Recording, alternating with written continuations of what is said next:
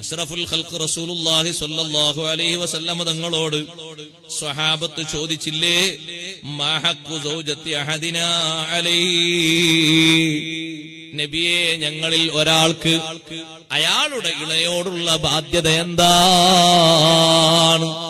തങ്ങൾ പറഞ്ഞു, അൻ തുത്ഇമഹാ ഇദാ തുഇംത, നീ ഭക്ഷിക്കുമ്പോൾ അവരെ നീ ഭക്ഷിപ്പിക്കണം. വതക്സുവഹാ ഇദക്തസൈത, നീ വസ്ത്രം പുതിയത് ധരിക്കുമ്പോൾ അവർക്കും വസ്ത്രം പുതിയത് വാങ്ങണം. നമ്മളെ കണക്കെങ്ങനെ? നമ്മൾ പറയും നിങ്ങൾക്ക് കുറെ പണിയും ശുഗലൊക്കെ ഉള്ള അവരോട് പറയും, നിങ്ങൾക്ക് വർഷത്തില് 2 കൂട്ടം മതി. നിങ്ങൾക്കോ? എനിക്കൊന്നും പോലെ, എനിക്ക് മാസം 2 പുതിയത് വാങ്ങണം അല്ലേ? അവർക്കും വാങ്ങണം. നമ്മളൊരു സ്വാർത്ഥ താല്പര്യക്കാരാകാൻ പാടില്ലല്ലോ. നിങ്ങൾ വസ്ത്രം പുതിയ ധരിക്കല്ലേ, അവർക്കും വാങ്ങിക്കൊടുക്കണം. നിങ്ങളെ ഭാര്യക്കും നിങ്ങളെ ഇണക്കും വാങ്ങിക്കൊടുക്കണം.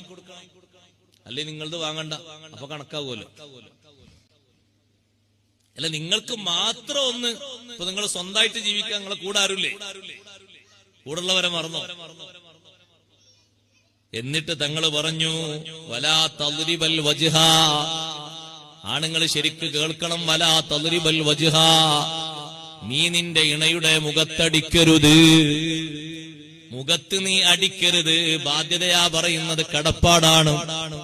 സഹോദരങ്ങളെ, സ്വന്തം ഇണയുടെ മുഖത്തടിക്കുന്ന ഭർത്താവ്, മറ്റൊരു ഹദീസിൽ തങ്ങൾ പറഞ്ഞില്ലേ, നാണമില്ലേ പുരുഷ, പകലന്തിയോളം ചീത്ത പറഞ്ഞ് വേണ്ടുവോളം മുഖത്തൊക്കെ അടിച്ച് രാത്രിയാകുമ്പോ കയറി കിടന്നിട്ട് നിന്റെ ആവശ്യം നിർവഹിക്കാൻ നാണമില്ലയോ?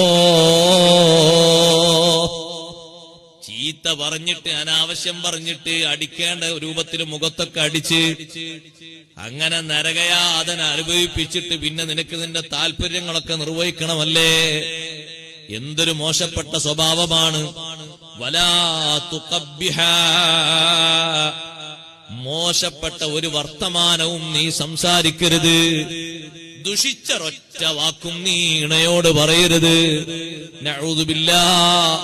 സ്വന്തം ഇണയുടെ ബാപ്പക്ക് വിളിക്കുന്നവരില്ലേ? ബാപ്പ മരിച്ചുപോയിട്ട് വർഷം 10 എങ്ങനെ തോന്നുന്നു സഹോദരങ്ങളെ? ഉമ്മക്ക് വിളിക്കുന്നവരില്ലേ? ബാപ്പാന്റെ വാപ്പക്ക് വിളിക്കുന്നവരില്ലേ? വല്യുമ്മയെ വിളിക്കുന്നവരില്ലേ? എന്തെല്ലാമാണ് ചിലരുടെ വാക്കിലൂടെ വരുന്നത്. തങ്ങൾ പറയുന്നു, വലാ തുഖബ്ബിഹ, മോശപ്പെട്ട ഒരു വർത്തമാനം നിന്നിൽ നിന്ന് ഉണ്ടാകരുതേ.